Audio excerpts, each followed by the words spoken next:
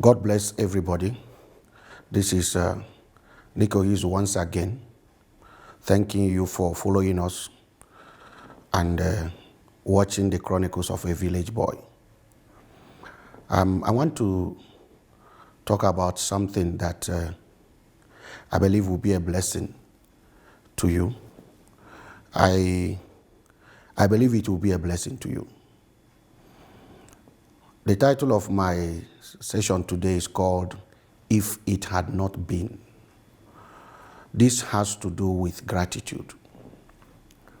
Many years ago, when we were growing up,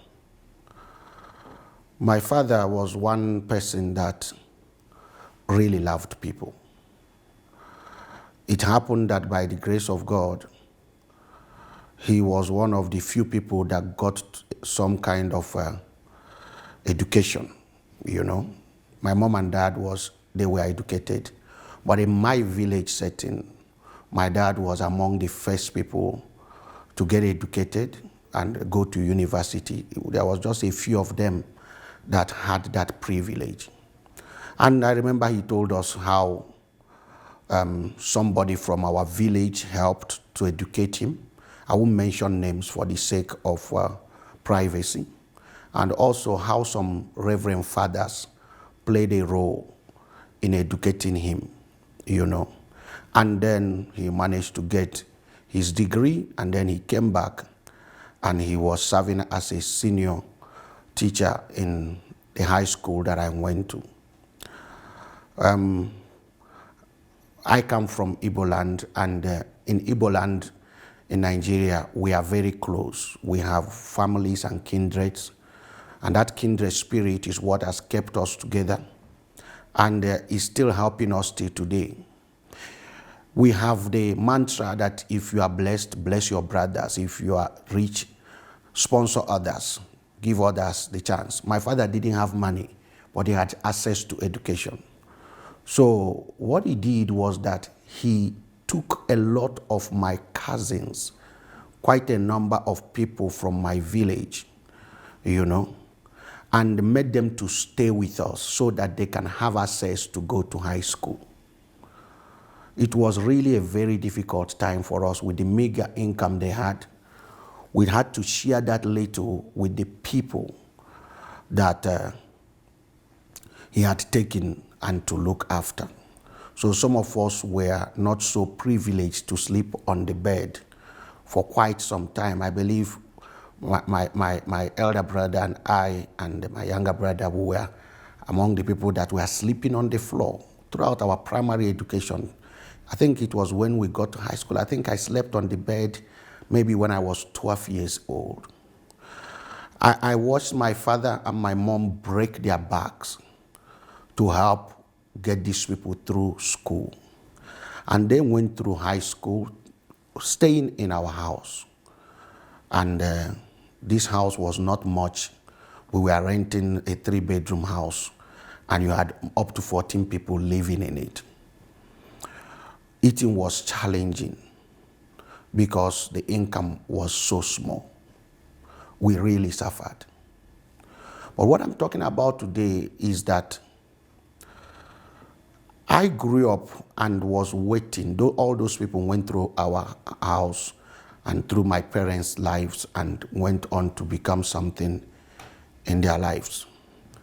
And I kept looking out to see a day at least one of them will come back to say thank you. What I mean by that is taking time out of their busy schedule, drive to the village, come to our house and say, Mazi Ohizu, for the opportunity you gave me to go through school in your house and the access that God used you to give me to higher education, I've come to say thank you with my wife or my husband and my children. If it had not been for you, I wouldn't be where I am. But to my utmost amazement, my father lived and died. Even some of them didn't even come to his funeral. It was a heartbreaking thing for me because I know my father wouldn't speak. He will always say, people help me, so I help people. The seed of ingratitude turns good people to become evil. You that is watching me, I believe that there are people in your life that if it had not been for them at a certain season in your life, you wouldn't be what you are today. You wouldn't be where you are. We need to stop that. We need to terminate the pathway of ingratitude that we are creating and be able to start creating pathways of gratitude. Gratitude is the seed for more. Ingratitude is the seed for less. Most of those people that I'm talking about have grown, married with children. And I don't know about you. Maybe you are among the people that were helped but walked away and never said thank you. Or you are among the people that helped somebody or helped some people and they walked away and never thanked you. Or you are among the people that helped and got a thank you. I am not saying that whenever you help somebody, you do so because you want to be thanked. But it is godly and righteous to be grateful. We grew up, I don't know about you, having parents that told us, oh, don't go to this person's house. We don't talk to this person because of what evil or the other they did or they are doing. The truth of the matter is, I believe that in the same way we leave a legacy for our children, a list of people to avoid, we should also leave them a list of people to thank. Some of those people that my parents helped have turned around to become so evil to us that, to my amazement, I cannot explain it. Okay? I can't explain it. My father was attacked left, right, and center till the time of his death, even from people that he was so good to. If it had not been for him, their children wouldn't have gone to school. The children wouldn't even be alive. But what did he get paid back with? Ingratitude. I then realized that if we don't do something about it, we will continue to perpetuate a lineage of evil. And that's why I am talking to you. The Bible said in the book of Galatians chapter 6, I think it's from verse 9, that you should not be weary in well-doing, that in due season you will reap if you faint not. Which means doing good has the capacity to wear you out.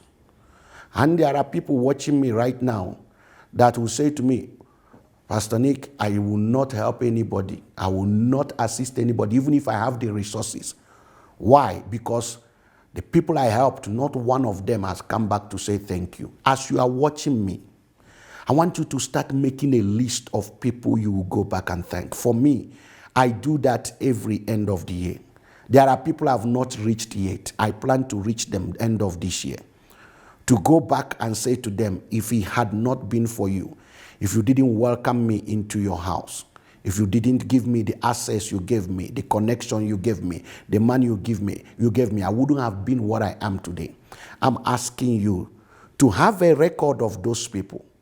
Instead of handing over to your children, people they should not talk to, people they should not visit, people they should not greet. Also hand over to them names of people they should be able to bless and appreciate. I am taking this wisdom from King David. When King David was about to die, to be precise, I think it's 1 Kings chapter 2, somewhere around verse 4, 5, 6. He was telling now his son Solomon, who had become king in his place, to say, there are people I want you to deal with.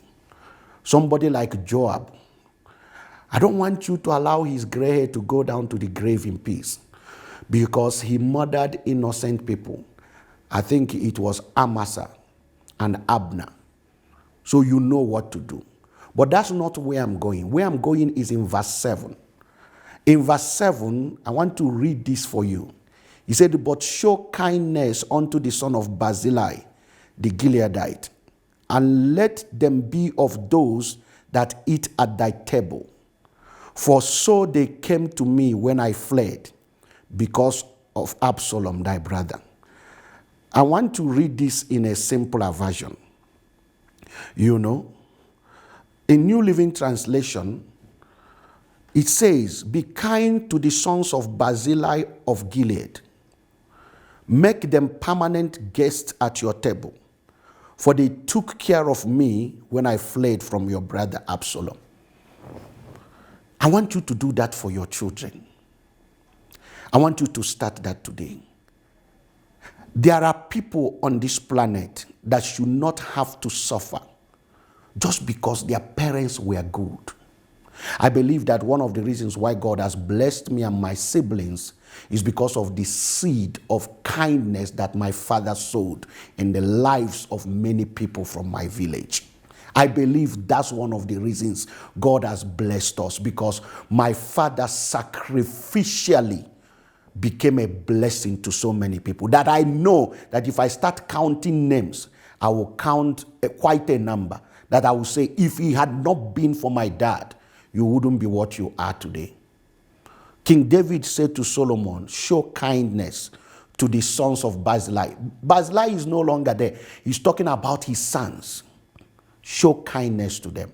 Make them a permanent guest on your table. In other words, even if these boys don't have to work again for the rest of their lives, what their father did for me is enough for you to sustain them for the rest of their lives. What am I saying to you?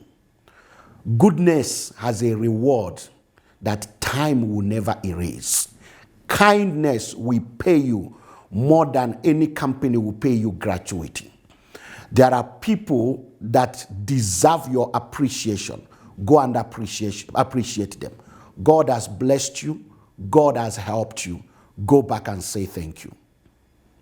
And if you are among the people that are sowing the seeds of evil, nemesis will catch up with evildoers. It's time for you to repent and turn around and become good. And if you're among the people that inherited hatred for a specific family just because of what your parents told you, it's time for you to ask questions, because sometimes most of those acrimony are unnecessary. Okay. I'm one person that believes that based on the sacrifices that I've made in the kingdom of God and on this planet, my children will grow up to become very successful people. I believe that. And instead of leaving them a list of people to kill or hate, I want to leave them a list of people that have been so kind to me. I hope you'll be one of them. That have helped me, loved me, assisted me to be where I am today. I'm going to leave a list for them to say, sons and daughters, when you grow up and I'm no longer there and God has blessed you, remember the son of so-and-so. The father was so good to me. Remember the son of so-and-so. The mother was so good to me. And I pray for you that every kindness you have sowed in the lives of people, Jehovah himself will find a way to pay you back. Don't ever stop doing good. Don't let people wear you out with ingratitude. Don't allow bad people to turn you into a bad person. You are not a bad person. Always pay a price to make life better for somebody. That's why God brought us here. We have no right to leave this planet the same way we found them. Let your name be written in the hearts of people on this planet, that because of you, they are what they are. This is Pastor Nick thanking you again for watching. I hope you have been blessed. I look forward to seeing you and talking to you next time. God bless you. Bye-bye.